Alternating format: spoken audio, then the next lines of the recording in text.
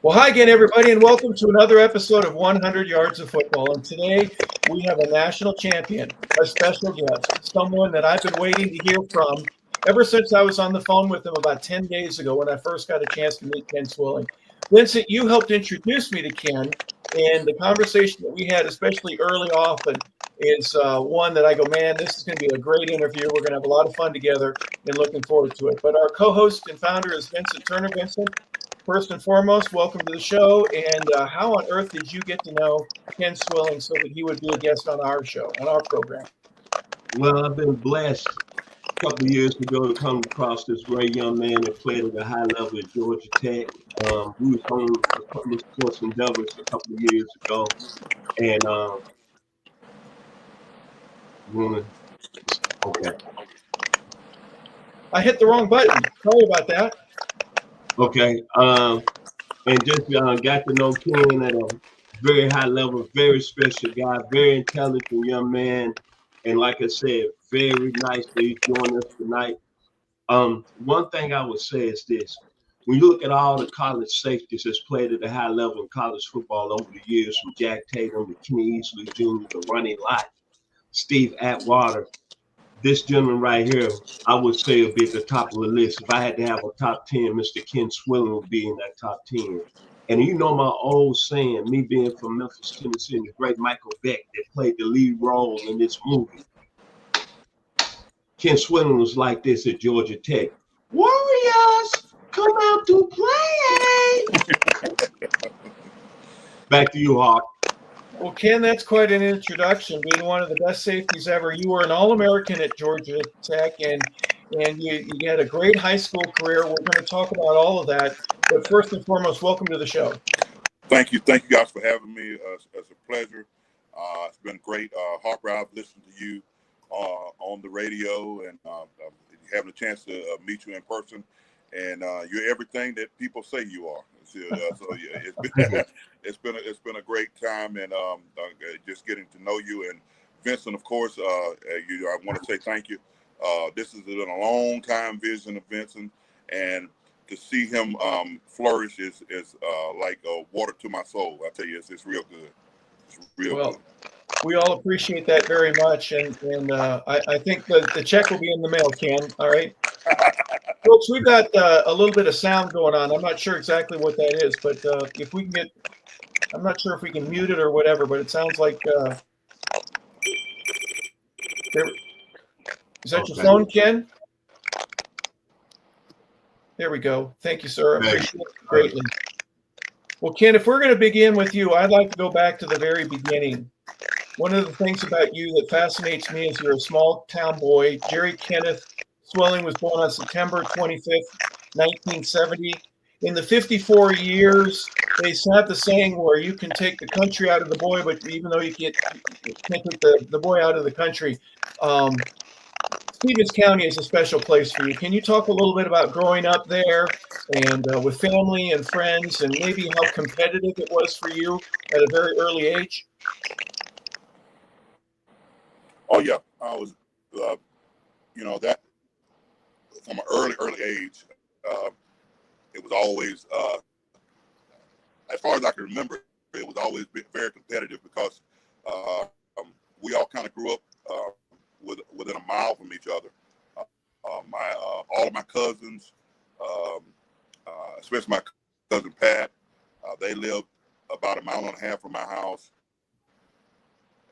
I had other cousins in between there, and every day it was some kind of epic ball game going on, whether it was basketball, baseball, or football. And I always attribute Pat to kind of getting me going athletically, because he would always let me be on his team. He would always let me be, tag along with him. And he's a little bit older than I am, but he would always get the little kid and let him hang on his coattails. And I was very, very thankful for that. But it was always very, very competitive. I had neighbors that would join in, and it would always be just kind of high strung, good, clean fun, stuff that kids don't really do nowadays. They don't really get outside a whole lot now. They're stuck in the house playing video games. fortunately for me, and you know, I know y'all about this, my same age, so you know, we were in that era when you had to go outside. Yeah. You know, if you were going to have it, if you were going to have it, if you were going to do anything, you had to be outside, and everything that was happening was going to be outside of the house, and you almost hated to go inside. I remember playing the nights playing, you know, until we couldn't see the ball coming, you know, you know, Yeah. and you know, and stuff like that. So, you know, all that stuff growing up was good to me, and it's always been you know, a part of my highlight package, I call it, because you know, it was just a fun time. I didn't know how much impact it was having on me when it was doing it. I thought it was just fun, but it was actually shaping me and teaching me how to be competitive, teaching me how to fight, and how to and eventually how to win. You know. Ken, I would imagine in your neighborhood with a bunch of other families that had kids about your age, there were multiple world championship games that took place every week, whether it be baseball, wiffle ball, basketball out in the streets, the football games, world championships, right? These are things that 8, 9, 10-year-olds learn how to win and lose, how to compete, and have a great time doing it. And you can't wait. You come home all sweaty. Mom doesn't want you in the house until you go take a bath, but it's time to eat, do a little bit of homework, and then you get to do it all over again the next day. Oh yeah, without a doubt. Yeah, that would be the great thing about it. You would, you know, you play till your legs are sore, play till you just have no more breath in your body, and you don't know how you feel like you don't know how you're going to recover, but the next day you're right back at it again doing the same thing, and you know, that, like I said, that was fun. Yep. That was big time fun back in the day. And you know, when like I said, I'm grew up in the country, so I grew up doing it all, hunting and fishing and everything. So whatever you want to talk about, we can talk about it as far as that's concerned, because you know, I'm a country boy at heart. I've been in the city for a long time, but in my heart, the heart of hearts, I'm a country boy. So Well, you've already mentioned sports and athletics. What other interests did you have when you were growing up? Was it math and science, like all the smart kids? That wasn't it for me, but you know, music, or did you want to be an actor when you were growing up? Tell me a little bit about other interests that you had when you were a kid. well, funny that you asked that, because growing up, I wanted to play the piano. Really? And I had my dad had bought a upright piano. It sat in our living room, and I would practice every day how to play. You know, out of my little book, and I took lessons for a whole year. And it took me a whole year to get through one book. And the reason why it took me that long was because every day I had the biggest yard. So everybody would be out in my yard waiting on me to come out from practice. So I would rush through the practice, trying to playing the piano, and they would be standing at the door. My cousins would be standing at the door waiting on me to come and saying, "Are you finished yet?" And so finally one day my daddy sat me down and was like, "Hey, it's going to be one of two things. Either you're going to play the piano and not play, or either you're going to go outside and play and not play the piano." So of course piano lost. The piano lessons lost. Yeah. And I probably would be a third for it, because I probably wouldn't have been a great piano player anyway. But nowadays I wish I'd have stuck with it a little bit, so I could, you know a little bit more and all that good stuff. But yeah, you know, that was kind of funny when I was growing up, because my dad was paying for the lessons, and he was like, "I'm not paying for any more lessons if you're not going to sit in here and practice." So, you know, and that, you know, that playing the piano, just like playing any sport or anything else, it takes time. It takes you know, a lot of boring time. You know, no doubt. a lot of time to become good, a lot of time it's hard to do both. It's hard to do both, and then when you got to put Mozart and Beethoven down in order to play out in the backyard. As a young boy, with your size, the speed, everything like that, when did football become as important to you as you realizing not only am I good at that, good at this game, I like it, and I might be able to make it to the next level? Yeah, I mean to let my mama tell it, she said it was just long as I had a ball in my hand, I was happy. So that was it, and it really didn't, and that's pretty much true because um, quite as kept, and a lot of people don't know this, but baseball was really my first love. Baseball was really something that I gravitated to early, um, and I wanted to be a baseball player. I wanted to be the next Dave Parker, or I wanted to be the next, some of those stars. Back in the day, the Pittsburgh Pirates were one of my favorite teams. They had Willie Stargell and all those guys like that, that were just real good, and it was just something back then to kind of watch them and see them. Now, were they your favorite uniform, or were they the ugliest uniforms you've ever seen in your life there in Pittsburgh? I'm sorry, I didn't quite catch that question. Yeah, we're breaking up a little bit. I said, were they the best uniforms you've ever seen, or were they the ugliest uniforms you've ever seen for the Pittsburgh Pirates? They were in the I think the Pittsburgh Pirates were they had cool uniforms to me. I thought they were real. They were okay uniforms. Yeah, I thought the stovetop hats. Remember? Yeah, with the three stripes on them. With those hats and with the big P in the middle and all that stuff. Yep. And the yellow and black was cool, but I just thought that they were a good team, and I thought they were one of the first. And then they had the theme song, the We Are Family theme song. Yep. Right. So that was they had some Sledge out there singing with them, so that was kind of cool, as a kid watching them and seeing them. So that was what kind of made me gravitate toward them, and that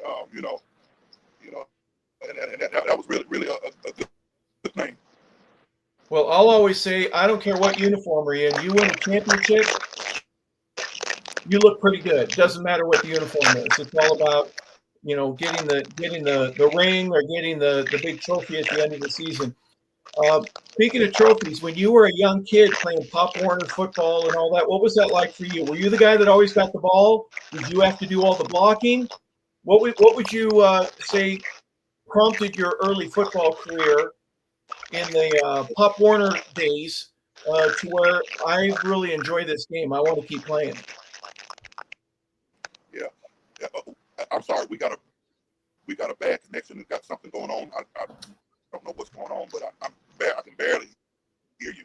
I think you asked me something about Pop Warner football. Yes, please. Yes. Okay. Yeah. Pop Warner. I think I started playing when I was 8 or 9, about 8 years old, I believe.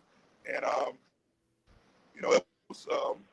I don't know if I was really good or if I was just faster than everybody. I think I was just faster than everybody. So they would turn and toss me the ball just so I could run sweeps and stuff. But those were I really didn't like playing offense too much because I didn't want to get hit. I wanted to do the hitting. So that was my thing. I wanted to hit people, and I kind of established that kind of early on that I was pretty.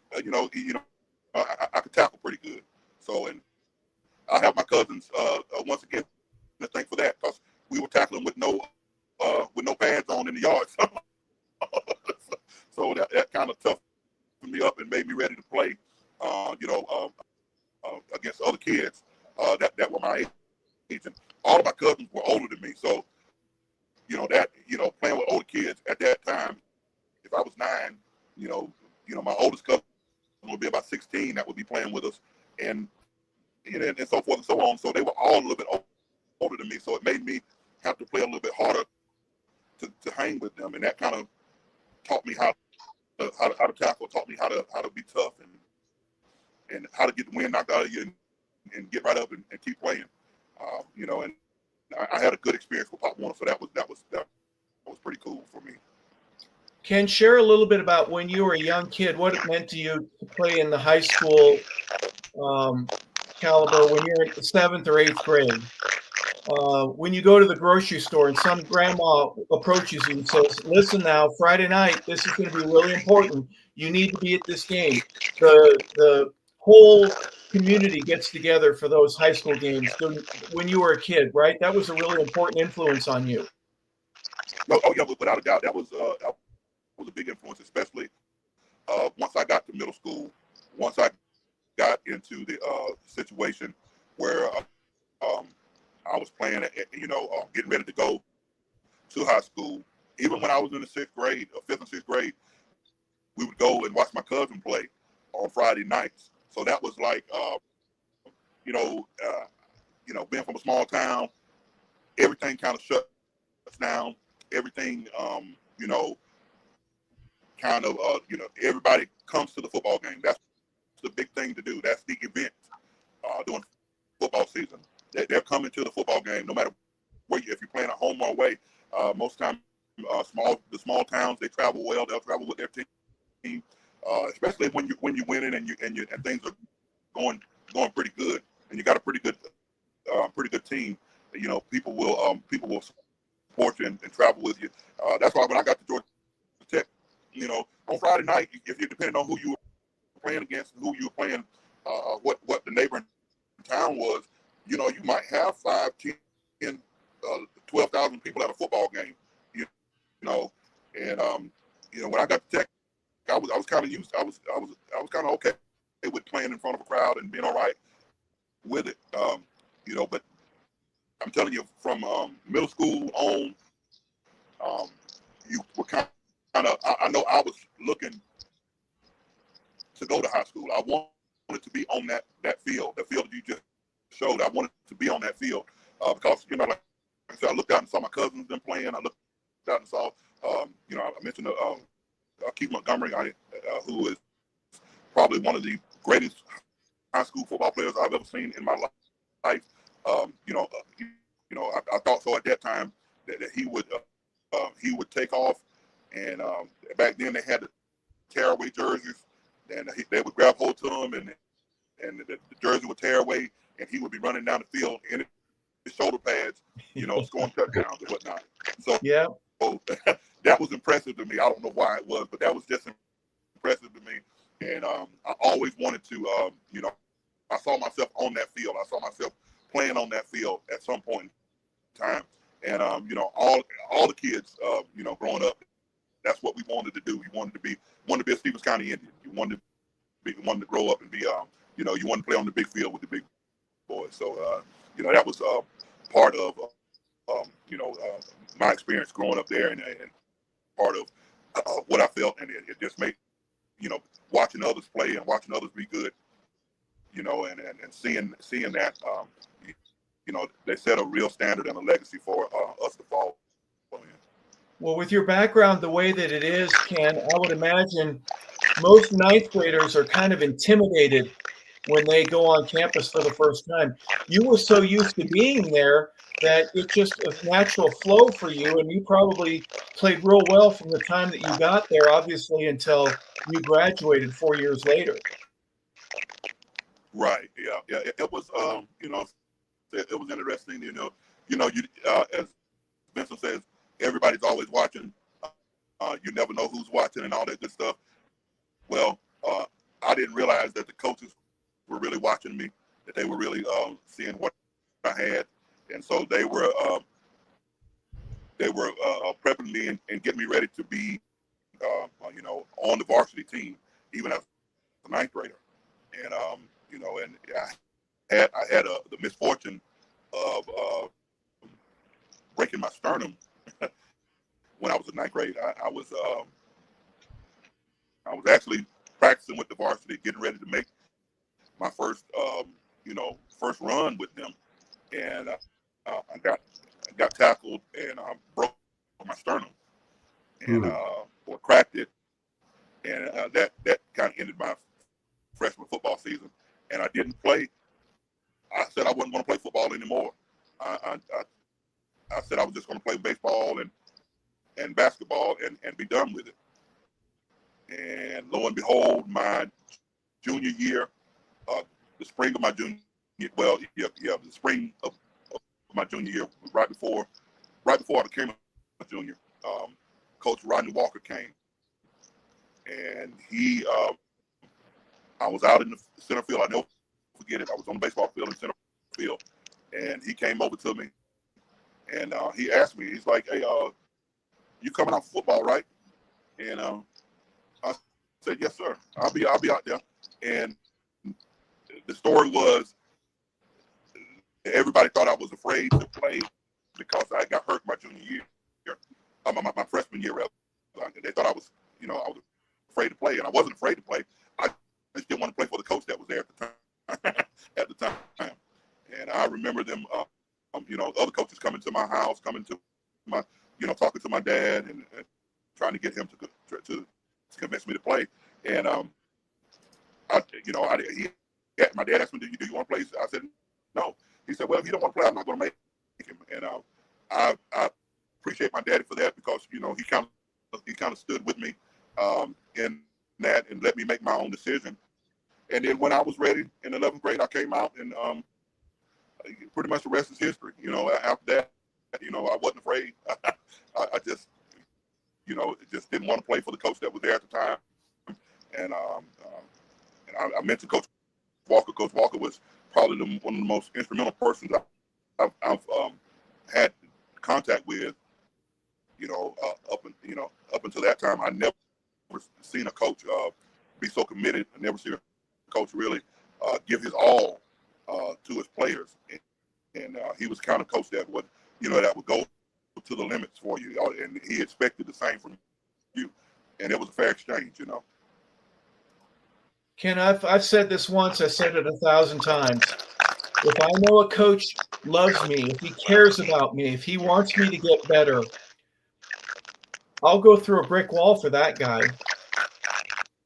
I may not like getting yelled at, but that guy has earned the right to do that because I know he's trying to help me. I don't enjoy it. No one does. But I kind of, in my own heart, I go, just shut your mouth and do what this man tells you, because he's going to make you better. It may never be easy, but it's certainly going to be rewarding because you know that the guy's looking out for you. Sounds to me like Coach Walker was that kind of guy for you. You're exactly correct. He was that kind of coach. He was the kind of guy that would he was very demanding. He expected you to be in the right place at the right time, and expect you to do what you were supposed to be doing. And and then he knew how to love on you enough to get you to do what you needed. He was hard nosed. He was one of those guys. We ran the wishbone. So it's 6 plays basically. And like Herman Boone said, it's just like Novocaine.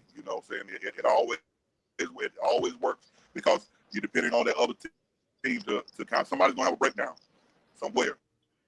And Yep. And when they break down, that's when the big plays happen. It's your job to find that as a quarterback and a pitch man. Find that weakness.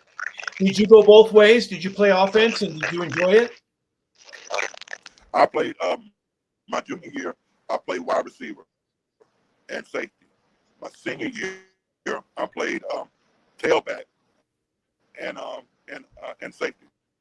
So pretty much, my junior year I came off the field a little bit, but my senior year, I never came off the field. You know what I'm saying? The only time I came off the field was, and I kicked off. I kicked a little bit, so sometimes I had to kick extra points and field goals and things like that. So yeah, I would never, I was always on the field. I always tell, I laugh with people. I said, sometimes I think that might have been the best shape I was in was my senior year of high school. Yeah. You were always in demand, always on the field, so you really didn't get too tired. And I was like, then when I got to Georgia Tech, I thought, this is kind of easy. You just want to play on this side of the ball and don't worry about it. So that was pretty cool for me. Hey, Ken, were you a straight toe kicker or did you sidewind? Yes, I had to tie my toe back and all that stuff, you know. straight ahead, head down, just boom, you know, trying to kick it as far as I could, you know, and it was crazy. Sometimes I hated it because the center that was in front of me would get a you know a butt full of balls sometimes, but it was pretty cool. Yeah, it You know happens. that I got a chance to do that when I was doing that time. So it was When all did right. you start getting recruited, Ken? When did other schools want to start taking a look at you? Repeat that. When did the other schools, the universities, the scouts, the recruiters, the coaches start coming by campus to visit with you, and what was that like? Recruiting. When did coaches from colleges come to visit with you and try to talk to you about going to their school? Okay, at Georgia Tech, they started recruiting me when I was actually. I started getting letters when I was, you know, in the ninth grade. You know, Wow. they had not seen me play, and the previous coach, he would not give us letters. But you know, everybody sent out those little form letters and little things like that you know, trying to get you to fill out and come to that camp and all that little stuff. So I started receiving letters from you know, from some of the colleges. Uh, but my junior year, you know, that's when everything really kind of took off, and people started recruiting me kind of heavily. At the time, Coach Curry was at Bill Curry was at Alabama at the time, I do believe. He had just left Georgia Tech and went to Alabama because that was the sole reason I was going to go to Georgia Tech, was because Bill Curry was at Georgia Tech, and my cousin had played for him, and you know, I thought Coach Curry was awesome. You know, he when he was recruiting me, he came into into our high school, and you know, he has this regal and this booming voice, and you know, he was sitting in the office with my coach, and you know, you as a kid, I started paying attention. I looked at his cufflinks, and I saw he had his cufflinks monogrammed, and you know, and all of this stuff, tailor-made suit, and just a you know, just a real man's man. And I wanted to play for him something terrible. I wanted to play for him real bad. So much and so that I I was an eyelash away from going to Alabama. You know, eyelash away. I was just really, really close, and I messed around, and I just something wouldn't let me go. I couldn't. I knew it wasn't. It was. My excuse at the time was, well, that might be a little too far away from home. It might be too far for me. And then and I looked at it. I was like, I come from a small town, and I'm trading one small town for another small town. So I didn't want to do that. And Atlanta was just like Goldilocks. It was, you know, and the Three Bears. It was just right. It was just enough distance. So my mom wouldn't be down every day, because I know my mom doesn't like driving in Atlanta. So I knew she wouldn't be coming over to my dorm room every day. Had I went to Clemson, she'd have been over there, because you know, Clemson or about 30 minutes away. So she'd have been over there every day. And so Georgia Tech was just right for me. It was just the right place for me. And I'm just you know, the experience I had there was great. And you know, I could have, you know, being recruited, you know, you couldn't have told me when I was growing up that was going to happen to me. You know, I just had no idea that they were going to recruit me. I had no idea that I was even going to go to college, because that wasn't my thought process at the moment, until Coach Rodney Walker came along and started, you know, saying, you know, you can do this and you can do that, and you got options and you got this. And I had a teacher to really take me under her wings, Miss Daphne Paxton, she took me in, and she made me do study hall in her class in her classroom, and she made me get into college preparatory classes and all of that good stuff, and it really changed how I view things. It changed my life, because had she not come along, had she not taken an interest in me, I don't know if anybody else would have pushed me that hard, would have pushed me into the right direction. And I'm not saying that things wouldn't have happened the way they did, but sometimes it takes somebody being concerned about you. It takes people. None of us get where we're going on our own. We all need a helping hand somewhere, and somebody's got to be willing to be that hand. And she was a willing vessel to be that hand. And I always say God used her in my life to impact it to the fullest. And there are things that she taught me, and that I learned while I was at Stevens County High School that have followed me all of my life. And I'm very, very thankful for that. There's a football discipline and an academic discipline. I'm glad you brought up your advisor. Also, talk a little bit about Pat and his influence on you. Your cousin Pat, talk a little bit about the influence that he had on that decision as well. Oh yeah. We talked a little bit, but he was very kind of I love my cousin because he was the kind of guy that was like, hey, you're the one going to have to play. You're the one going to have to go. So, you're going to have to make that decision, to where you're going to go and what you're going to do. Nobody else can make it for you. He told me the pros and cons, told me the good and the bad, and let me make my own decision. Pat had a great college career, had a stellar NFL career, and it doesn't get too much better than him when it comes down to being prepared and preparing yourself.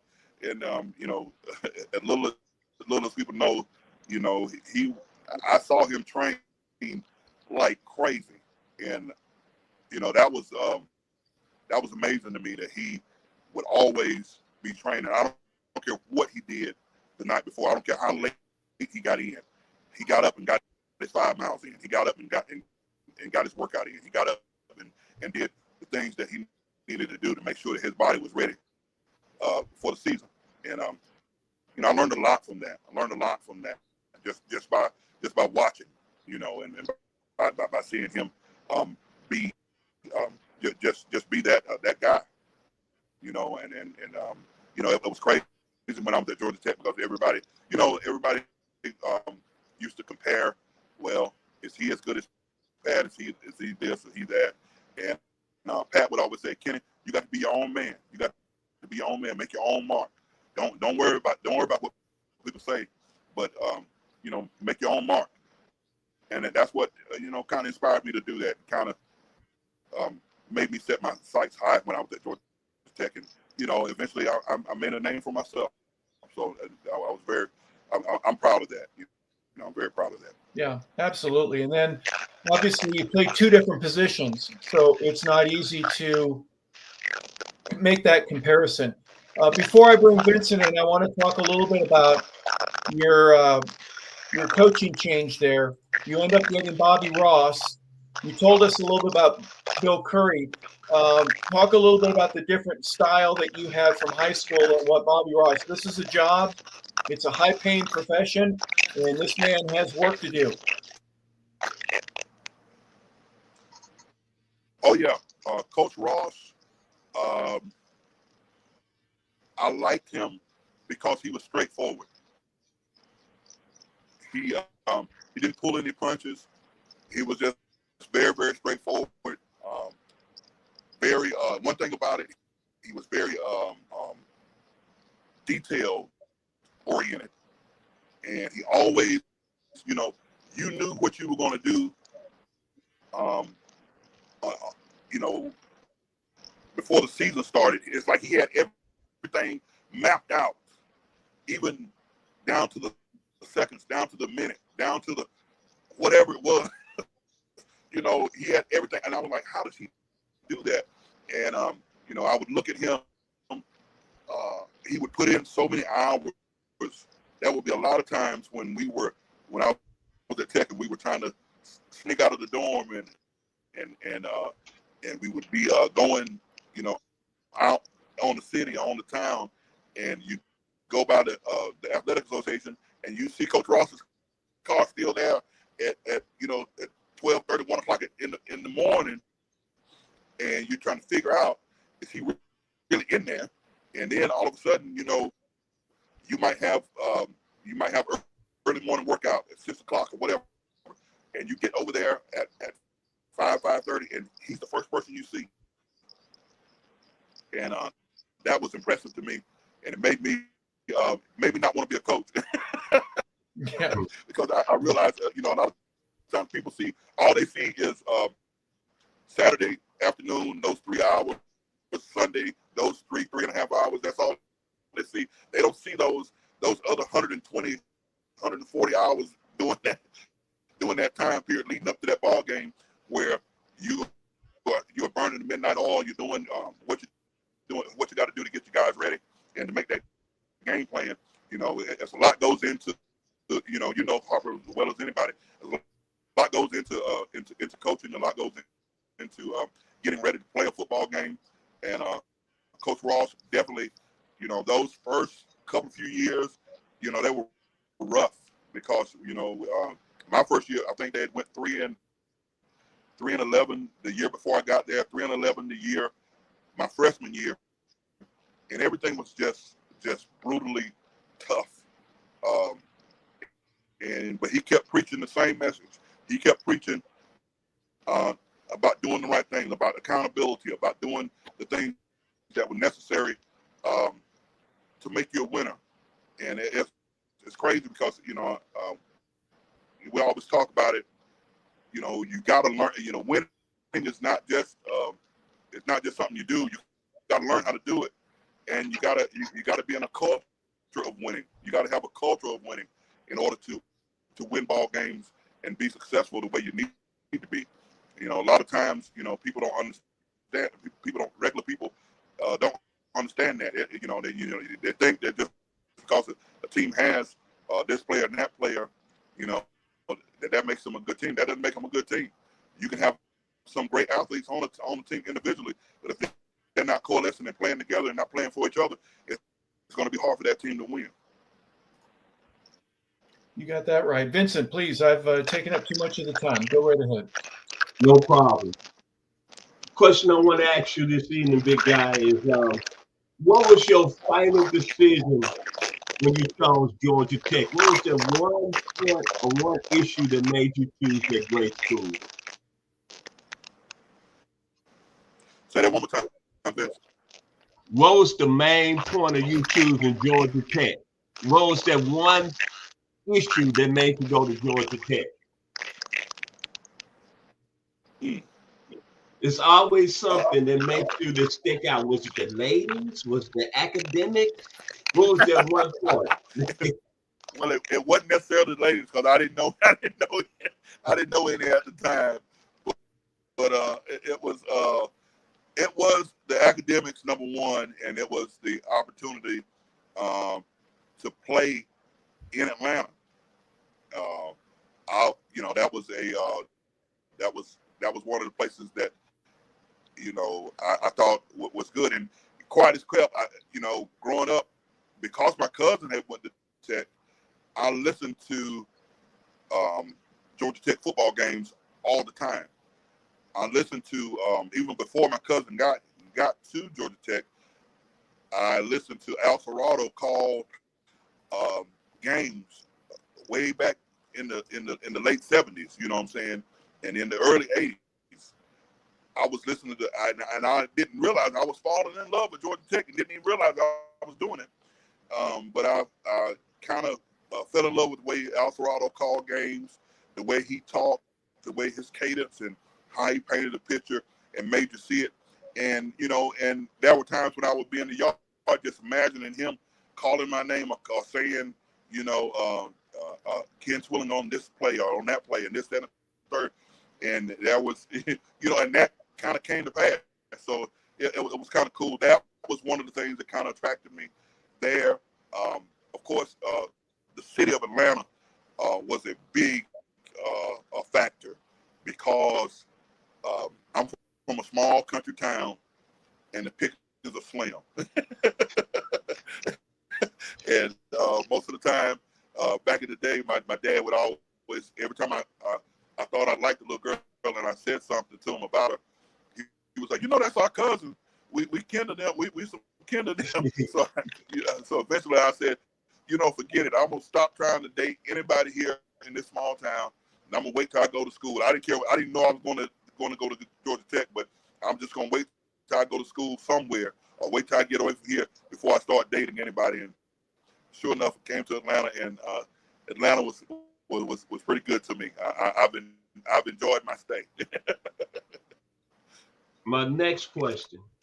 This is what I got great respect and love for you. This is why I respect you not only as a football player, but as a man.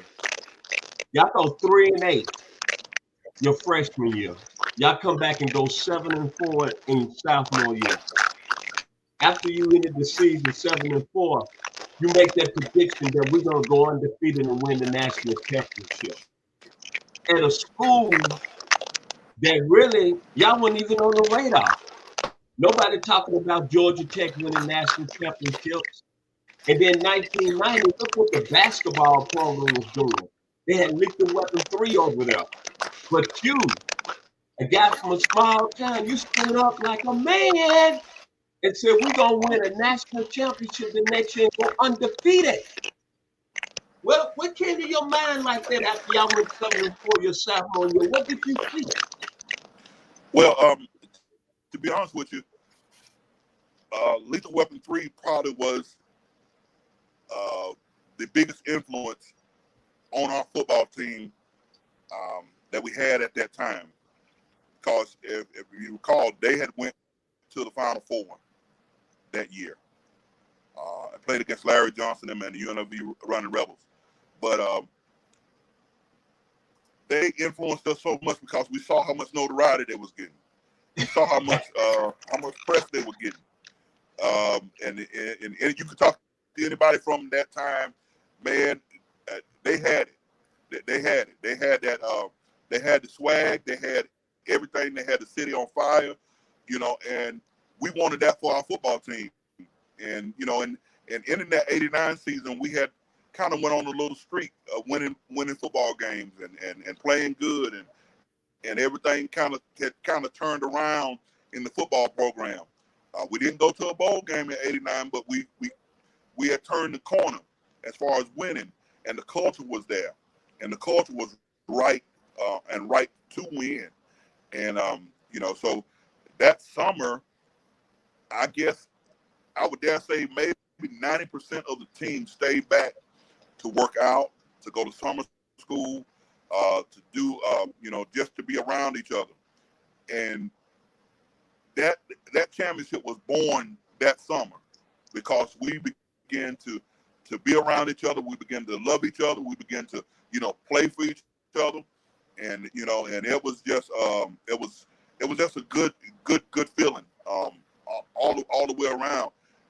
And so much so we started talking to each other about, hey man, we started looking at the schedule. We was like, hey man, I believe we can do some things. We can win every game we play. We start talking to each other like that.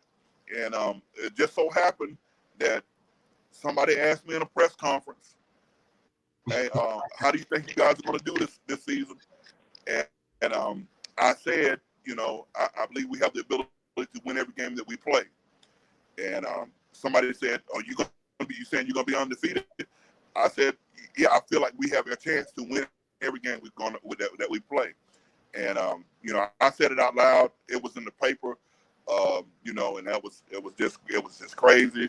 Coach Ross, he got so mad at me because he was like, Kenny, you just can't say stuff like that, blah blah. I said, because this is how I feel. This is the confidence that I have in us that we can do something, that we are really we're really better than people think we are. And you know, and then we started the season and started playing, and then people begin to see it. You know, all the hard work. But that 1990 season was born. It was born in '89, and just culminated in '90. But it was just one of those things that was just an awesome thing to be a part of. Did not realize that I was going to be a part of something so great. You know, when it was going on, but you know, these many years later, looking back at it, it was a great time to be at Georgia Tech. It was a great time to be in the city of Atlanta. You know, the basketball team was great. The baseball team was great. You know, we had winning football was here. So, you know, Georgia Tech is, you know, we always, you know, everybody loves Georgia, and you know, and I give them their due. You know, but it's Georgia Tech for me, of course. It's Georgia Tech for me, of course. I love, you know, it's nothing like winning in the city of Atlanta. When the city of Atlanta is on your side, they are on your side for real. There's not too many places you can't go.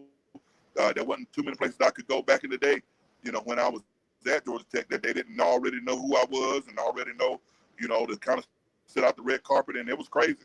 So I was like, you know, I'm a kid, you know. Essentially, I'm a kid, you know. I'm not supposed to be here at this particular time, and you know, people would make exceptions and do different things. You know, that was a different time, a different era back then. So, but it was, you know, that was just so much. The city was on fire and electric. It was just so fun being here doing that particular moment, doing those moments in time. It was just, it was amazing. Back to you, Harp. Ken, talk a little bit about the depth. There's offensive linemen. You get to go against them every day. They're pretty good. Your defensive edge rushers, pretty good. Your tackles, pretty good. Safeties, wide receivers, running backs.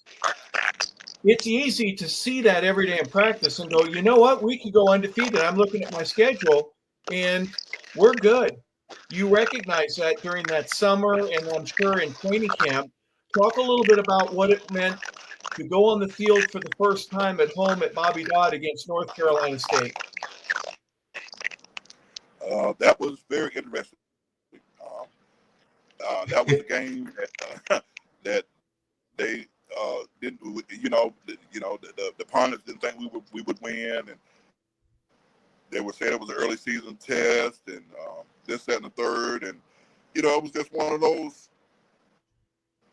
good games that you know, it came down to a couple of defensive plays. I think I made an interception in the end zone.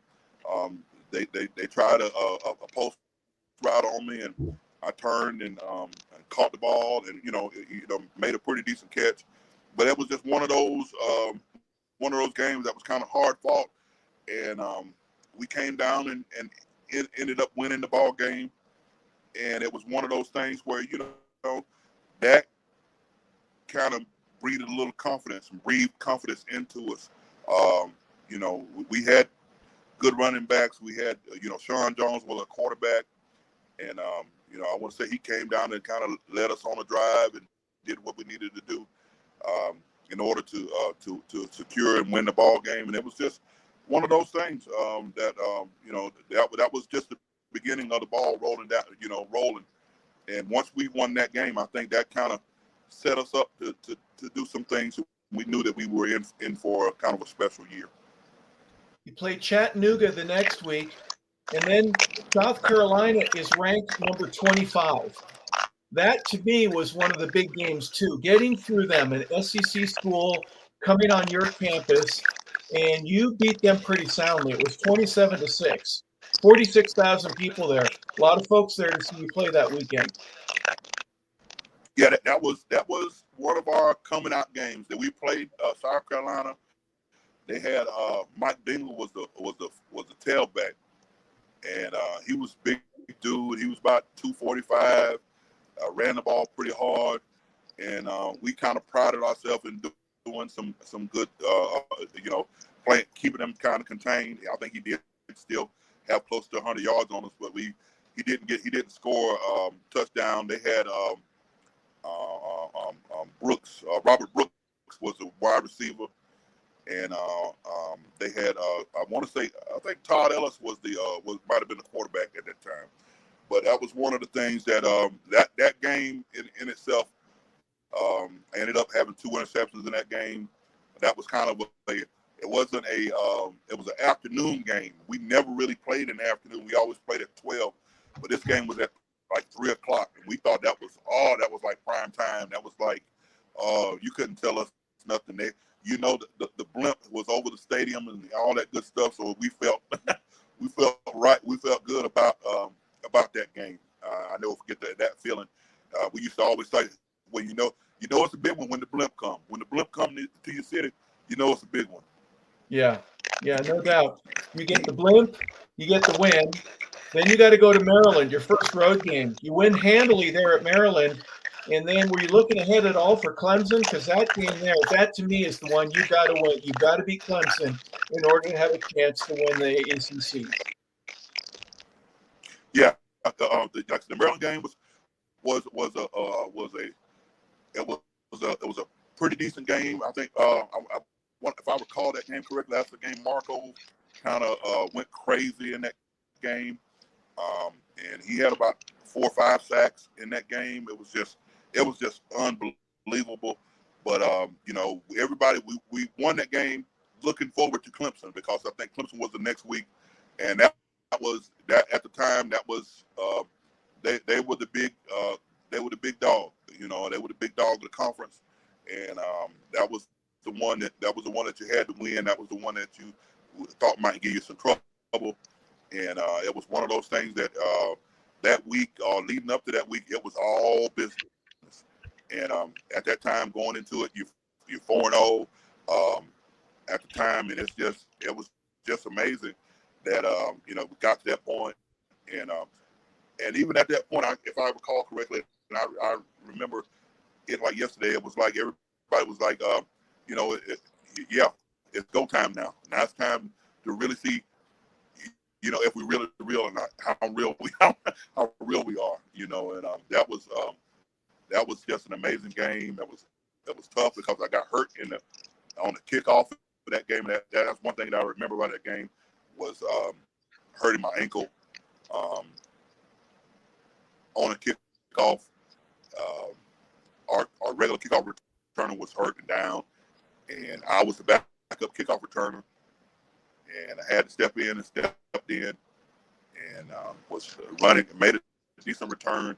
My ankle got rolled under, and the next thing I know, I was out. I never saw the first quarter of the game. I was in the I was in the locker room trying to make a decision if I was going to play or not. And it was funny because looking back at it, I had a chance to actually see that game about 2 years ago, and I know I had watched film on the game, but I had forgotten how, man, we had some headhunters out there. We had some guys that would go get you, and so everybody always talks about Ken Swilling and Willie Clay and Marco Coleman and all these guys, but we had guys up front, guys that went unheralded, that were just as good, and that played their hearts out and did everything they needed to do for us to be successful. And and that was the most important thing I think that we had on that team of 1990 was the depth that we had. We had some guys that could play, and we were kind of deep at every position. Coach George O'Leary used to say all the time, he said, "Men, we're only good as we are too deep." And I would be like, when you're young, you don't really understand all those old coach speaks saying sometimes, but it's a true statement, because if there's a big drop off between your first guy and your second guy, you don't have what you think you have. It's got to be kind of even, Steven. They got to be almost fighting each other for playing time, and all that good stuff. When you got a team like that's kind of that you can change parts and don't miss a beat, that's when you got something. That's when you got a good team. Yeah, I completely agree. I think depth is the biggest issue at the college level. It's a nail biter. You win 21-19 against Clemson. They're ranked number 15. And then you go to North Carolina. Tell us a little bit about that. It ends up being a tie. And really, in terms of in the middle of the season, what the writers would use against you happened up there in Chapel Hill. Talk a little bit about that game, if you wouldn't mind. Yeah, that was a doozy because I couldn't play that week, and I never forget Matt Brown came over to me and he was like, "Well, Kenny, I'm gonna tell you this. I'm glad to see you, but I'm glad you're not playing today." And I was like, "Man, I really that was a game I really wanted to play in, and historically, Georgia Tech has never really done well at Chapel Hill. It's crazy. I don't know why we just don't play well at Chapel Hill. We had a lot of opportunities to win that ball game, and ended up having to settle for a tie. They didn't settle it like they do now with the overtime periods and all that good stuff.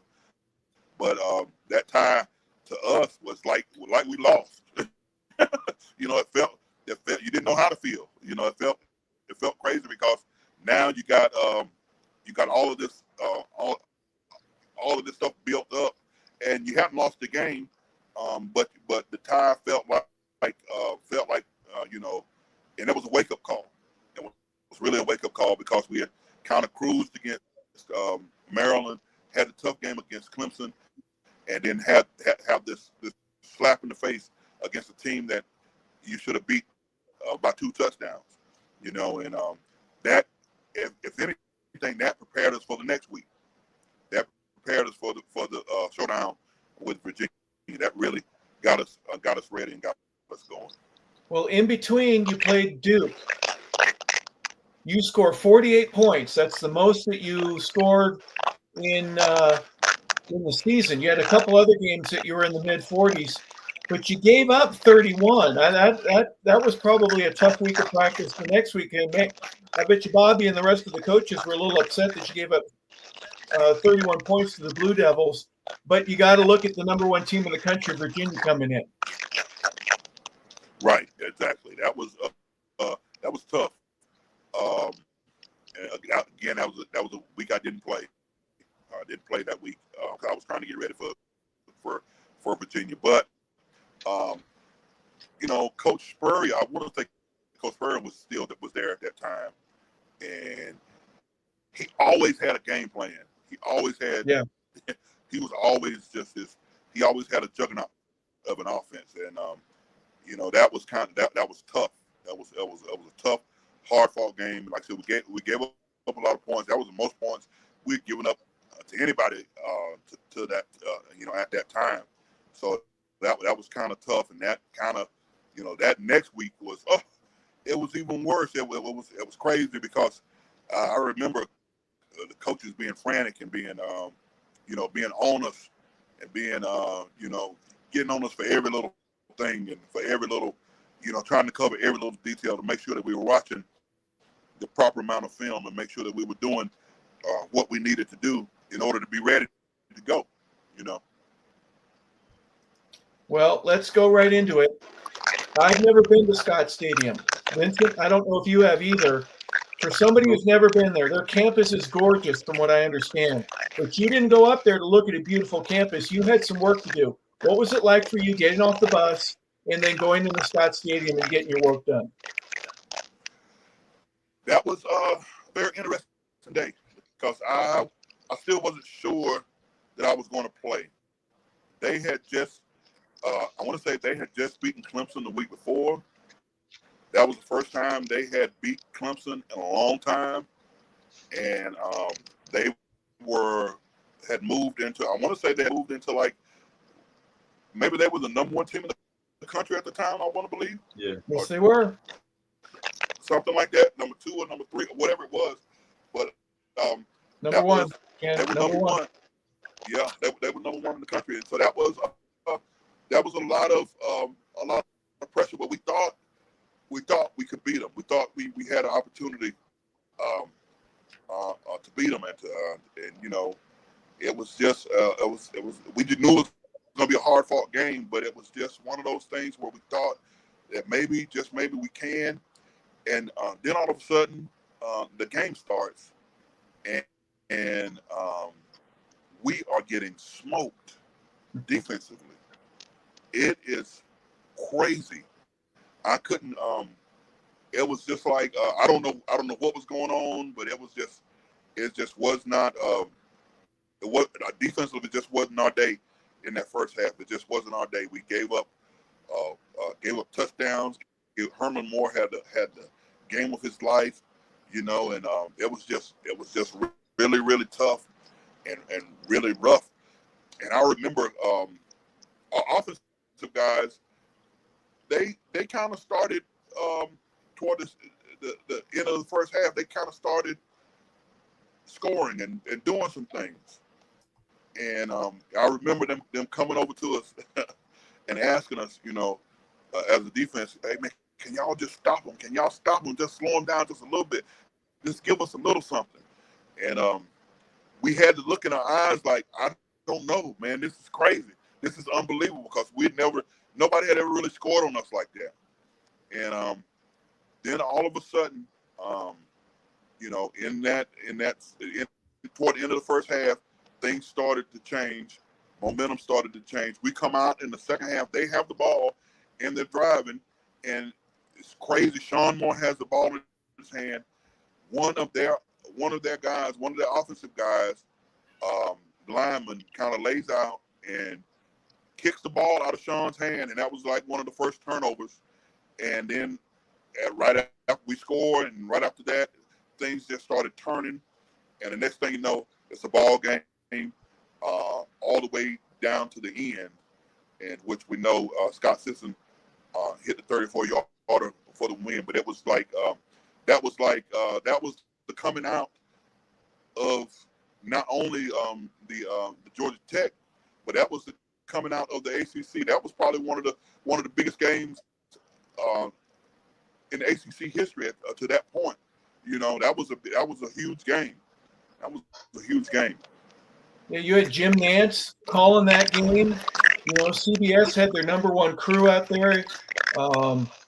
49,000 people there in Virginia at Scottsdale. That was a big game, and obviously for you to be able to turn it around, I can't imagine what the bus ride home would be after a game like that, right? You're flying. You didn't need any jet fuel, right, to get back to Atlanta. It was unbelievable. We flew back into Atlanta. Of course, we're taking the buses back to campus. It was so crowded on the street that we turned down by Bobby Dodd Stadium that the bus couldn't even turn down the street. The students were out on the street. They mobbed us when we came off the buses. It was unbelievable. I've never been a part of anything like that. It was probably one of the most exhilarating and the most exciting things that I've ever been a part of in my whole entire life. That was great. I mean, it was great. And they had broken. It was crazy because they had went into the stadium and they had tore down the goalpost of the stadium, and the goalpost of the stadium was sitting in the middle of North Avenue, not North Avenue, but on Bobby Dodd Way right there, sitting in the middle of Bobby Dodd Way. It was amazing how, like I said, when you win in this city, you really win. The fans will come. They will support you. They will be on your side when you win. But you got to win, though. You got to win. That's amazing, Ken, that they tore down the goalposts and you were on the road. You weren't even there. Yes. You guys didn't even get to enjoy it. We were on the road, and they tore down the goalpost. That almost started a bonfire in the middle of the street. It was crazy. Like I said, I can't explain it. That's the only words I know. That the descriptive words I know is that say it was wild. It was a wild time, and it was one of those things that that I'll never forget as long as I live. Just being a part of that, being a part of that. Just having that feeling of winning, having that feeling of accomplishing something that people think that you can't do, and you're hearing all of the negativity and all the negative things being said, all week long, and then to come out and then and then play bad, and then in one half, and then play like you can play in the second half. It was just a great, exhilarating feeling. Yeah, the 41-38 against Virginia. What was it like going to campus that next couple of days? The party, I'm imagining, people are throwing confetti at you. Dollar bills are everywhere. I'm sure you're taking your NIL money and just maximizing it to the end, right? Free Nikes for everybody. Come on, man. What was that? You got an A on every quiz that you took that week? I wish NIL money was around during that time, but there was no NIL money. But don't we all, right? Don't we all want that? But that was plenty of, we used to call it the face card. Sometimes people would notice you when you went to different restaurants, different establishments. The owner would come out and say, "Hey, man, I really enjoy watching Georgia Tech football. You one of my favorite players, blah, blah, blah. And dinner's on me tonight. Dinner's on us tonight. This, that, and the third. You got a little bit of that going on, and that was kind of that was the way it was. Like I said before, that was a different time back in the early '90s. It was a different time, So you had the city was outstanding, and it was it was a good place, good time for a young man to be in the city of Atlanta during that time. We had not to digress too far from it, but we had Freaknik going on. We had Magic City going on, and it's still going on today. So people always laugh about it. They asked. I had somebody just not too long ago ask me, was that the recruiting tool that got me to Georgia Tech? Was it Magic City recruiting tool? I was like, no. Well, when you beat the number one team in the country, things start going real well. But Virginia Tech next week, what happened? 6-3, the final in that one. Was this just a you were still tired from the week before? What was that? Hungover? Come on now. That was a hangover game, and if that was anything called a trap game, that was a trap. That was a trap game because we didn't realize how good Virginia Tech was. Virginia Tech was really good. They had, I think, they had a running. They had one offensive lineman, Eugene Chung, was one of their offensive linemen. I think he played for the Patriots or whatever. But they were good. They had two defensive ends that were studs. I can't recall their name, but it was a mess. We couldn't get anything going offensively. Defensively, we were able to hang on. I want to say Scott Sisson missed the day. If I recall correctly, that day was very, very windy. It was a very windy day. Scott Sisson missed about 4 field goals that day that he normally would make. And it was just one of those things that happened. And we were just blessed to get away with the win. That's one of the things you want to survive in advance. Well, you're 8-0-1. You go to Wake Forest. You win pretty handily there, and then you got to get ready for the Bulldogs. Tell me something about Wake before we get to UGA. Wake Forest was funny. I hated playing at Wake Forest because it stinks up there. It just stinks. It smells so bad. It smells like tobacco all the time, and I just hated going to Winston-Salem. They had a tight end. His name was John Henry Mills. I want to say his name was John Henry something like that, and he was good. They also had a receiver. I want to say Ricky Prohl played. Did Ricky Prohl play for them, or did he play? I want to say he played for one of them. Yes, he did. And Ricky was always open, man. That kid open, man. Oh my God, he could get open. So it was a tough game. And then when you go into the other places like Duke and places places like Wake Forest, they do nothing to make you feel at home.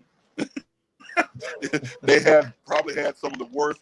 I've had better showers in high school locker rooms than I had when we went to Wake Forest and went to Duke and some of those other places. They did nothing. They didn't give you any creature comforts at all. At Georgia Tech, we had just built a Wardlaw Center, so it was a nice little. They had nice digs when they go in there.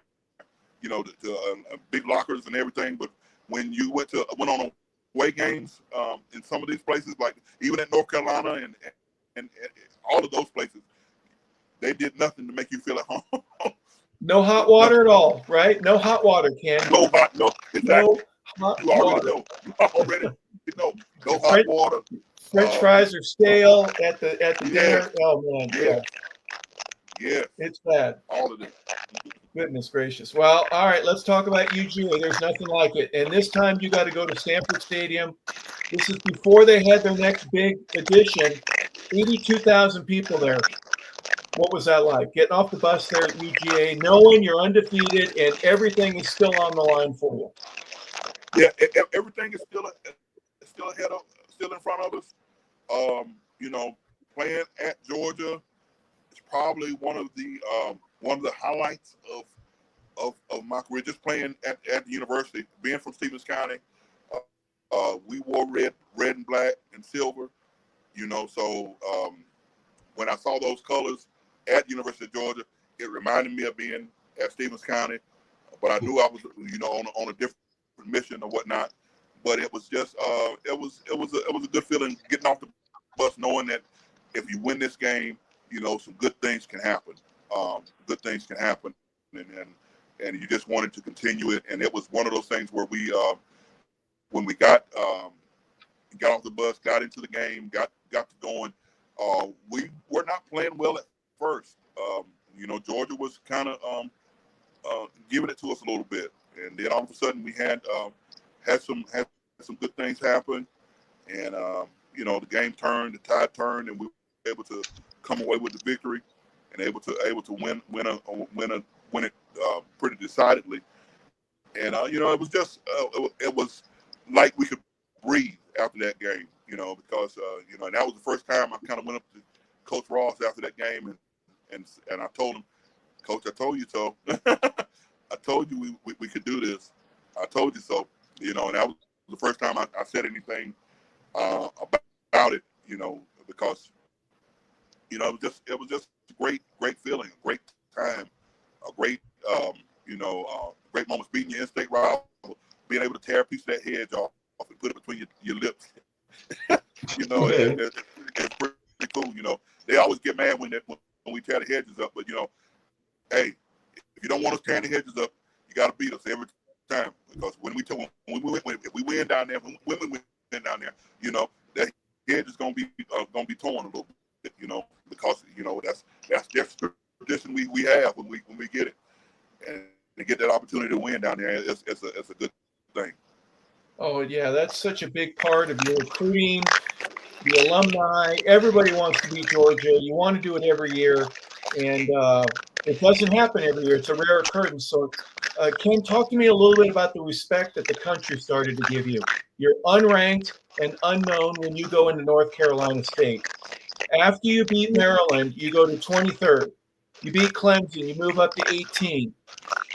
11 against North Carolina, but after that tie, you go back up to 16. Then you're number 7. Then you're number 4. You beat Georgia, and you're number 2 in the country. You want to play for a national championship, but the thing waiting for you is the Citrus Bowl. Yeah, that was fun. You're trying not to look at it every week. That was the funny part about it. Was trying not to look at where you're ranked at every week. You're trying not to focus on that, and the coaches are telling you not to focus on it. But we're kids. You're gonna focus on it. You're gonna see it. You're gonna see the ranking. You're gonna see who's ranked ahead of you. You're gonna see. You're gonna see if you think you're better than them. And then once we got to that number 2 spot, and Colorado was number one, you know, and we knew they were number one because they had the 5 downs against Missouri, you know, and we saw all that stuff, and we you know, we thought that we should be in that number 1 spot, and you know, it was, you know, we were slated to play in the Citrus Bowl against Nebraska. We thought when we go down in that week, you know, we did not lose focus, you know, we didn't lose focus at all. We kept saying we need to beat these guys convincingly. We need to beat them. We've got to put points on the board. We've got to score. We've got to do what we got to do. We got to do it in order to win this ball game. And we thought when we you do events together when you do those bowl games. You go to Disney World. You go to all the different places. All y'all are together. And you know, and back then we wasn't the kind of cats that made friends with other teams. That wasn't what we were trying to do. You know, we sized them up, and we thought we believe we can beat them. We believe we can beat them, and you know, so that was one of the things that we did. Even though we were doing things together, we were looking at them, and amongst ourselves, we were saying we're going to beat them. We're going to beat them, and you know, to Coach Ross's credit, that was the first time I really saw him like not play it close to the vest, just take the gloves off and turn Coach Friedgen loose. Ralph Friedgen was the offense coordinator, and he kind of turned him loose that game and let him just do what he knew he could do. And you know, Coach Friedgen was a great offensive mind, and he had a great game plan and had everything together. And you know, the next thing you know, you got 45 points on the board, and it's just one of those things that now you do your part. And now back then, you know, we'd want to play the game and win it on the field, but back then you had to wait, and you kind of was in the hands of the voters. You know, everything was in the hands of the voters at that time, and you know, it's just one of those things. We're just glad that we had an opportunity to play and to win, and not just win, but win convincingly. Ken, was there anything that was impressive about Nebraska where you're watching them on the other side of the field when you're warming up? Were they big? Were they surprisingly fast to you? I mean, this is Nebraska, for crying out loud. They've got a tremendous history, and you're seeing them for the first time on the other side of the field. What was that like? Yeah, they were big guys. They were big. You know, that they had a good team. They had a real good team. Had good defensively. They were good. Offensively, they were good. I think they had a tight end. His name was Johnny. What was Johnny's last name? Johnny Mitchell. Johnny Mitchell. There you go, Johnny Mitchell. Johnny Mitchell was he was a heck of a talent, man. Oh my God, he was a heck of a talent, man. And you know, they had some good ball players on that side of the ball.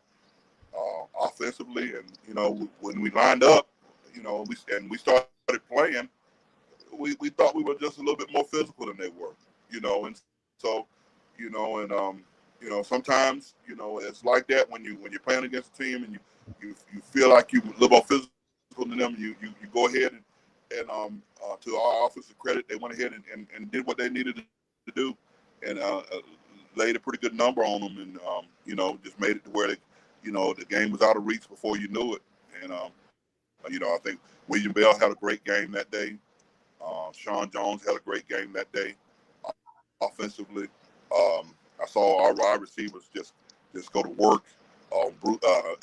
They had Bruce Pickens, who was drafted by the Falcons, was their number one cornerback. And I saw him get worked all day long. Our wide receivers worked him all day long. So, you know, it was just one of those things where you just felt like, you know, that it was going to be our day. You know, William Bell made a run that would go down in Georgia Tech history. He came out of that spinning and looked like he got hemmed up at the line. He made one spin and cut, and next thing you know, he was in the end zone. You know, diving into the end zone. You know, yeah, so linebacker and the safety forgot to tackle him, didn't they? They forgot. Yeah, they forgot to tackle him. You know, they had him stopped, and then all of a sudden he was out of there. and he was diving into the end zone, and from that point, the game was, the route was on. Yeah, great win. You more than doubled them up in points. Again, this is Nebraska, but there's a bigger picture right there. It's the sign in what we've got up there, national champions. Did you have to wait until the CU game? That was just was that later on that night, or was that the next day? It was the next day because Notre Dame was playing Colorado that night, and Notre Dame had Rocket Ismail, and it was a good game, and it was crazy because it was nip and tuck, it was tight all the way down to the end. Colorado had to punt to Rocket, and I never forget sitting in the room, myself, Thomas Balcom, and T.J. Edwards, and some other guys. We were all sitting in the room, and I said to him, I turned to him, I said, "Hey, Rocket gonna give us one right here. Rocket get ready to give us one right here." And sure enough, he catches the ball. Next thing you know, he's dancing, and he takes off, and he is in the end zone, almost halfway to the end zone, and all of a sudden we see yellow flags. Yellow flags drop, and our hearts were broken because we thought that was going to cost us the national championship at that point. So by that time, we were already we were celebrating, but our celebration kind of, because it was crazy when Rocket took off. We were all in the hotel. The hotel kind of shook a little bit because every every Georgia Tech person was screaming and hollering in that hotel. I'm telling you, it was something that was just crazy. And then to have that play call back and it not go for a touchdown and so forth, so on, Colorado wins, and so they were already crowning them the outright champion and blah blah blah blah blah, and this, that, and the third, and fortunately the coaches poll saw it a little different. So we were just fortunate that the coaches sided with us and gave us a split national championship, which is quite all right with me. I don't hate it at all. I'm glad that I was able to be a part of that and being able to be a part of something that can go down in history forever. Yeah, no kidding. You get one of these, that's a pretty nice thing to have on your in your safe deposit box. Now, do you wear this every day? Do you wear the ring? You go everywhere with it when you go grocery shopping, when you're mowing the lawn? I don't. Number one, it doesn't fit right anymore. I'm a little bit bigger than I was. So so I don't wear it, but it's put away safely, and we don't. I bring it out every blue moon.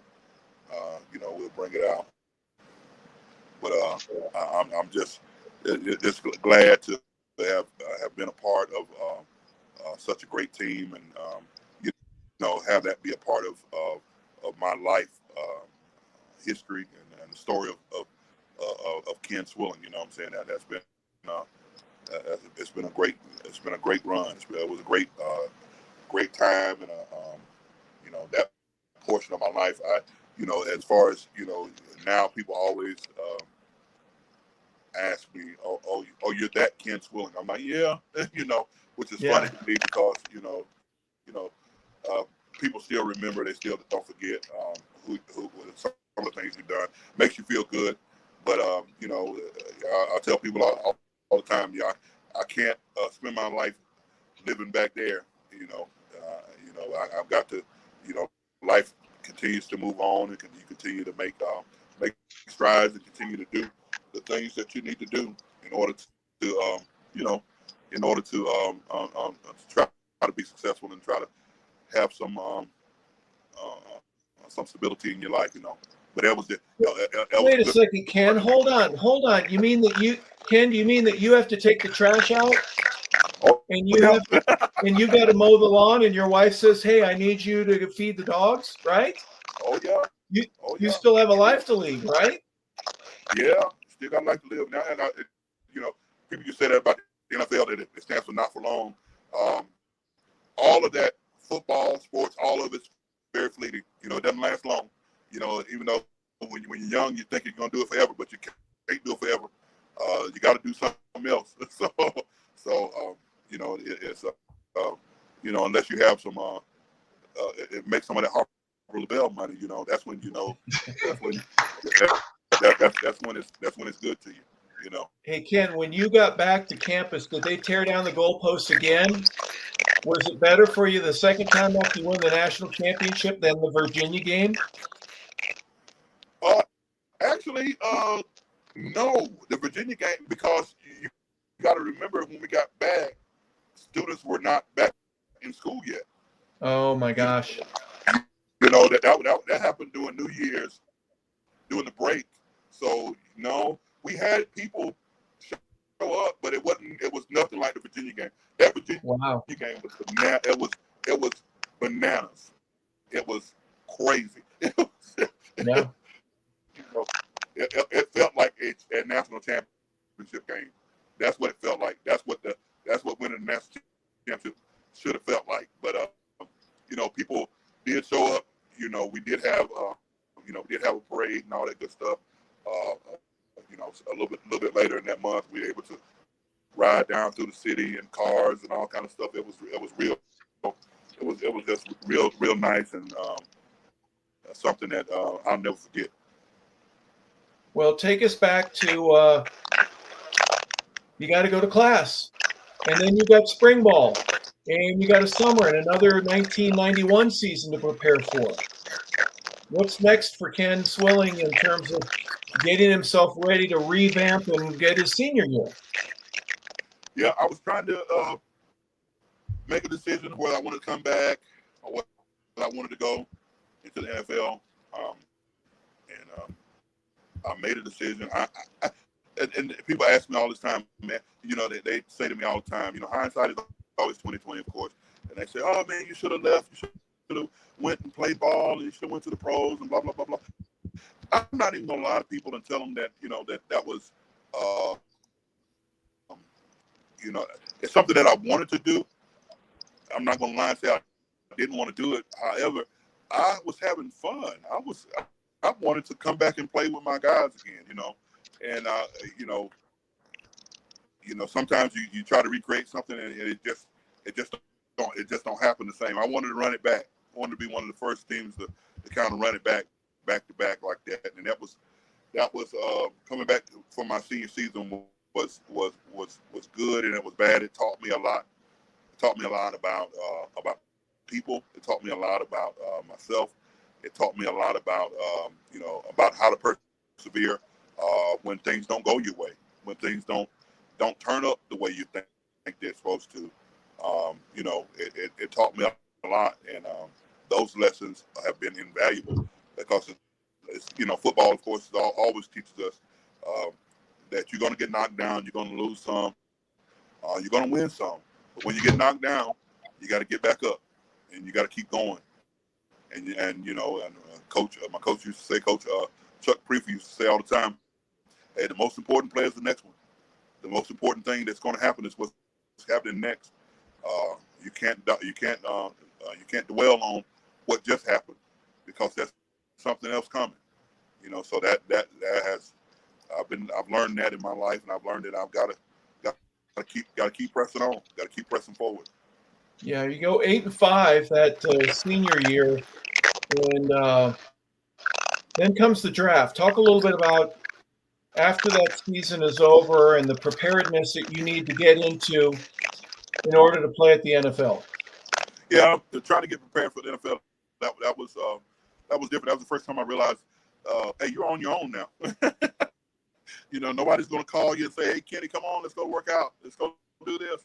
Let's go do that. Come on. And, hey, you've got whatever you're going to get it on your own. And, you know, that was one of the things I did learn from that experience. That, hey, it's going to be if you're going to work out, you got to make yourself work out. You got to get up and drive yourself. You got to get up and go to the track. You got to get up and go lift weights. You got to get up and go to the pool. Do whatever it is that you're going to do. It's going to be on you. You know, nobody's going to do it for you. And if I say this all the time. The NFL is not a place where if you need all of that stuff, if you need all that extra coddling, if you need all that extra, kind of attention and all that stuff, if you need people to do for you all the time, you're not going to last long. You're not going to last long because that is not that league. That league is about it's a grown man business, for sure. You realize that the moment you get there, there are grown men in there with wives, children, mortgages, car notes, and everything else, and they're trying to feed their family. And you, as a young buck, are trying to, essentially take a job from one of them. You know what I'm saying? So there might not be help all the time. There might not be help all the time. You know what I'm saying? So you just got to go and do what you got to do in order to try to be successful. Yeah, absolutely. Vincent, please, any other Georgia Tech questions or concerns before we go to him in the National Football League? Vincent? No, well said, well done. I want Ken to realize this. When you win a national championship, you in the elite class. And you in the class with O.J. Simpson, Jack Tatum, Reggie Bush, Joe Burrow, Charles Woodson, J.J. McCartney, Barry Krause, Herschel Walker. So I'm going to say this evening on 100 Yards of Football. We have royalty at the college football level. A gentleman that's won a national championship. Back to you, Harper. Well, what impresses me, Ken, is your work ethic, learning to do stuff. You mentioned earlier that your cousin Pat would get up and run every day and get his work in. You needed to do the same thing when Tampa comes calling. What was that like for you? That time in between the end of the season and 4 months that you had before the draft. What was your work ethic like at that point? That was very interesting time. It was one of those things where I had to, like I said, I had to realize, hey, this is it. This is the moment. This is the time. And at that time, we had 12 rounds to the draft, not the 7 that they have now. However, I was drafted in the 7th round, things. I felt like I was in a good space in Tampa. I was trying to go from safety to linebacker, and just things just didn't work out the way that I thought they would, or the way that I wanted them to. But it was still a very good experience. It was still very good time, and it was just one of those things where it was I hated coach. I hated I didn't if I had anything to do over again, I would have went a little bit just a little bit harder. You know what I'm saying? I was trying to think my way through things, and at that level, you can't think your way through it. You gotta be reacting. You gotta be playing, and a lot of times, sometimes because you're trying to think things through, that makes you a little apprehensive, a little slower reacting, and all of that stuff. If I had to do it all over again, I'd just be like, even if I was in the wrong spot, I'd be 100 miles an hour. Yeah. You can sure make a club when you're knocking somebody down, and everybody knows it. Tampa didn't work out. Then you go to Cleveland. Is that right? Right. I went to Cleveland at the end of the season. Coldest I've ever been in my life. The wind coming off Lake Erie was treacherous, and it was very, very it was crazy. So it was it was just one of those things where you just wanted to every week you wanted to get somewhere, and I was on the practice squad, so you know how that is. You're on the practice squad, but every week you're getting ready, like you're getting ready to play, and all the way up until an hour and a half before the game, you don't know if you're playing or not, and then all of a sudden, you're sitting there getting dressed. Harper, you know how that goes. you're sitting there getting dressed, and then they come and tap you and say, "Hey, we're going to deactivate you today. We're going to or whatever." And back then that meant the difference between getting $4,000 on my check and maybe 16,000. Yep, I do. That's a huge difference now. Yeah, when you don't know. You go from Sam Wyche in Tampa, and Bill Belichick is the coach in Cleveland. Talk a little bit about what it was. Could you figure out then that his work ethic and the way that he did things would turn out to be what it ended up being in New England? I had no idea. I don't even know if he knew that. You know what I'm saying? But you got to understand that that Nick Saban was the DC. Yep. He was defense coordinator and the secondary coach for that team in Cleveland. So it was something.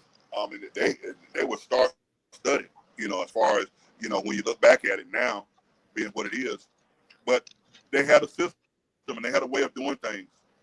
And either you fit it or you didn't,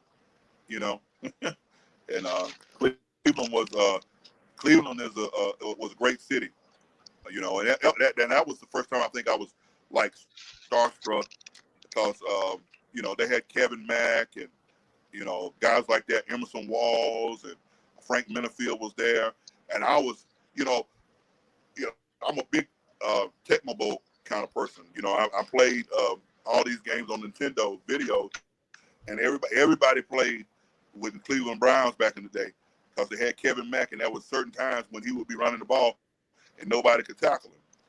So I was kind of starstruck when I went there when I first went there. But it was, you soon get over it after you get on the practice field. They had Clay Matthews and those guys, and and it was so funny. My only Clay Matthews story was that he was never late for a meeting, but he was also never on time. He got there. So he got there right when the door was being closed. Is that right? Always right there. Yeah. He would be right there. The meeting would the coach could be talking and Clay would just walk in. Clay would just walk in like everything was cool. And nobody said anything to Clay. Nobody said anything to Clay. How about that? Wow. You got Bernie Kosar and Eric Metcalf, I think, some really big names at that point. Then you signed with the New England Patriots. Talk a little bit about your next year with Bill Parcells. That was with Bill Parcells. That's crazy. I didn't. Looking back at it, I had a chance to really be coached by some really good, really great coaches. Coach Parcells was, he as advertised, he's just who he is, and he's not flamboyant. He's just gonna tell you like he sees it, tell you like it is, and you go from there. Bledsoe was a quarterback at the time, and it was just one of those things where things were kind of rough in New England at the time, and it was just one of those things where you just they were on the come up, but it just hadn't happened yet.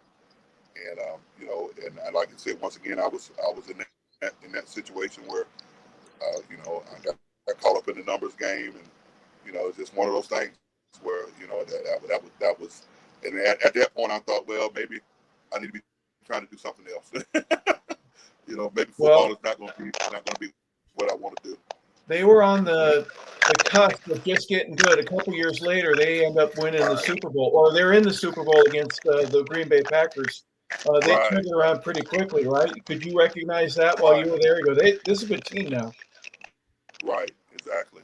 That was kind of one of those things that it was kind of like, oh my God. And you could see it. They had those moments where you could really see it happening. And but things started turning around, and next thing you know, they were they were winning and winning big. Yeah. Hey, you mentioned how cold it was in Cleveland. Talk about New England cold. Yeah, that's a different kind of cold. That's a whole different kind of cold. It is quite frigid, and they would leave you practice indoors, but they would leave the everything would be open.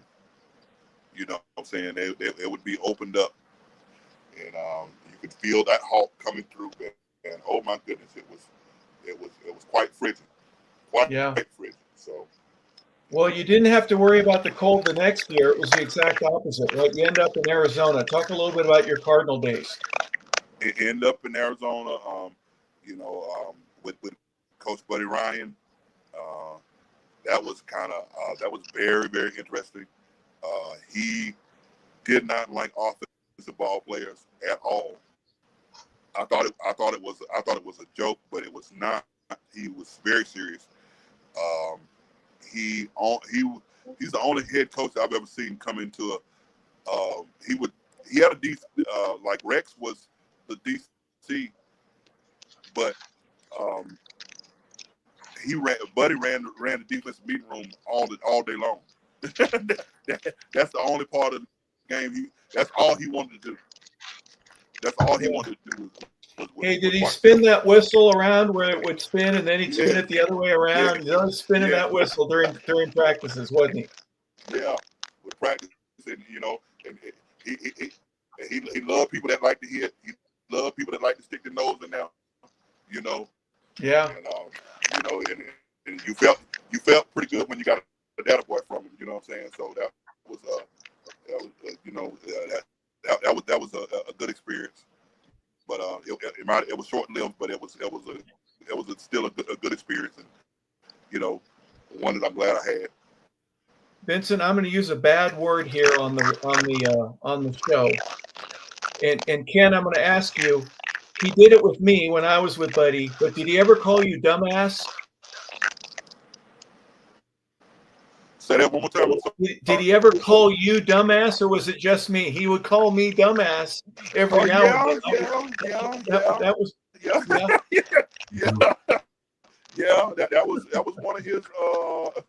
one of his key words. I didn't know it was my first name, but for Buddy, my first name was Dumb, and my last name was the other part that I just mentioned. But a lot of players either loved him or hated him. I thought he was a great coach in so many different ways. A man of very few words.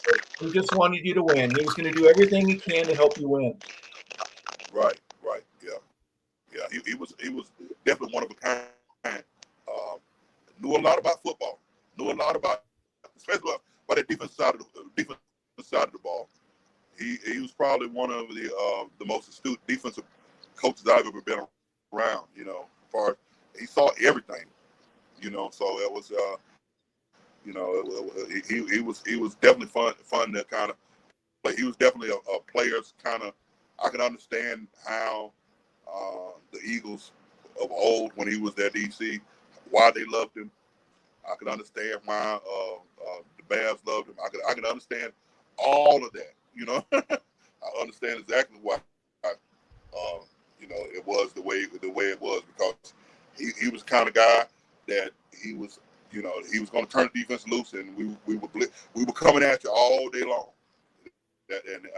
That's what you like. If you're that kind of ball player, that's what you like. Yeah. I respect, and football is a little bit different without Buddy Ryan being a part of it. It was for so many years. Let's catch up with where you are today, if you don't mind. What keeps Ken Swilling busy right now? And I know you've got a Hall of Fame induction coming up here very soon. Talk a little bit about the importance of that and being with so many different stars from the high school days that really were great influences for you. Well, I had quite a few.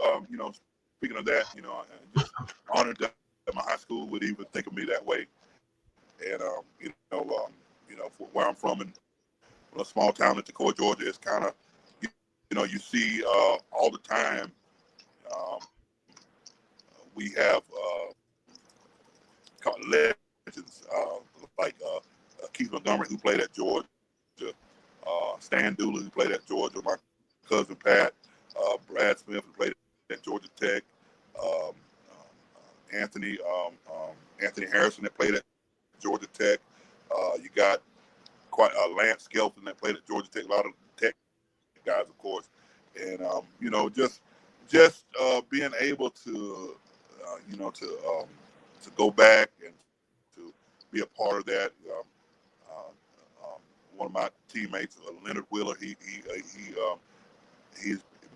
being inducted as well, and it was just, you know, it's just been a quite an honor for me, to be honest with you. Quite humbling and an honor to be kind of listed in the annals with those great guys, and you know, with those guys who meant a lot to me when I was growing up, who you know, had influence, you know, on me, and meant a lot watching them, and you know, you mimic them, trying to be just like them and all that good stuff. You know, it was just a great time. You know, and I said it before, Keith Montgomery was probably the best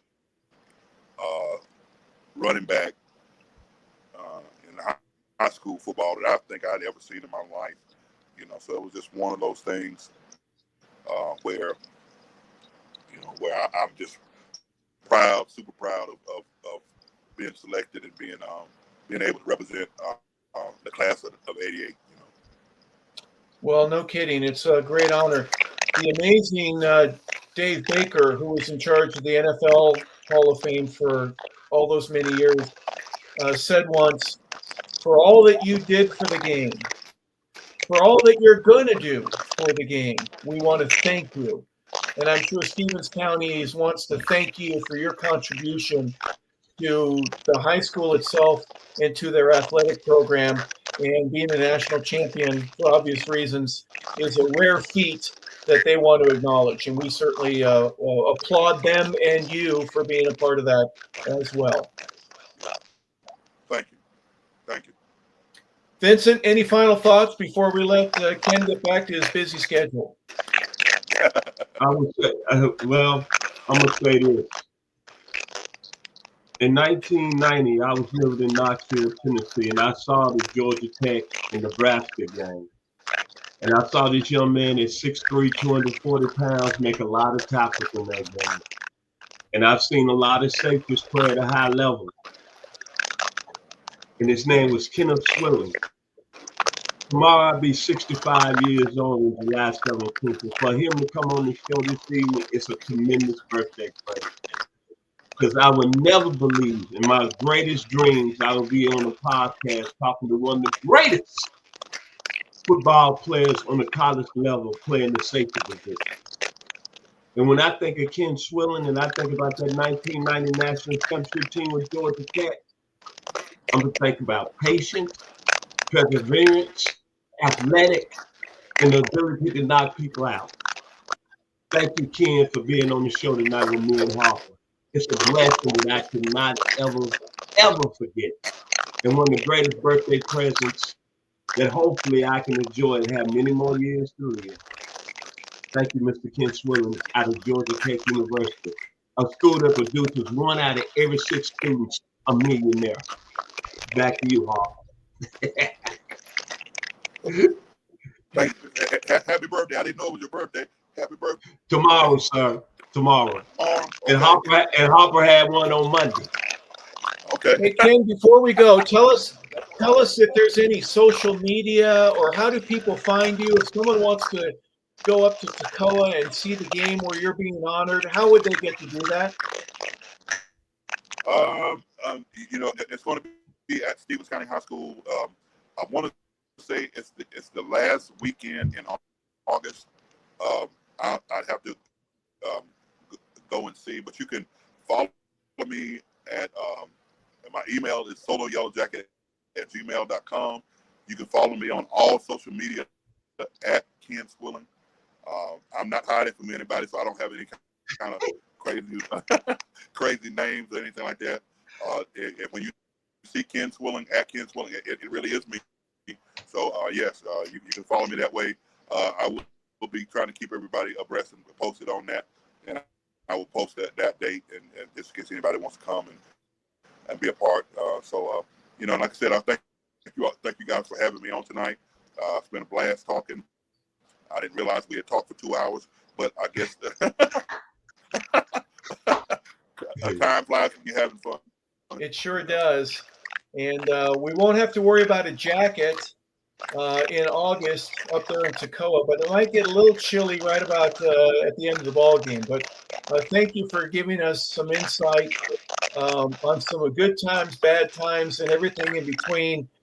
We greatly appreciate it, Ken. You've been a fantastic guest, and thank you so much for giving us your time here this evening. No problem. Thank you guys for having me.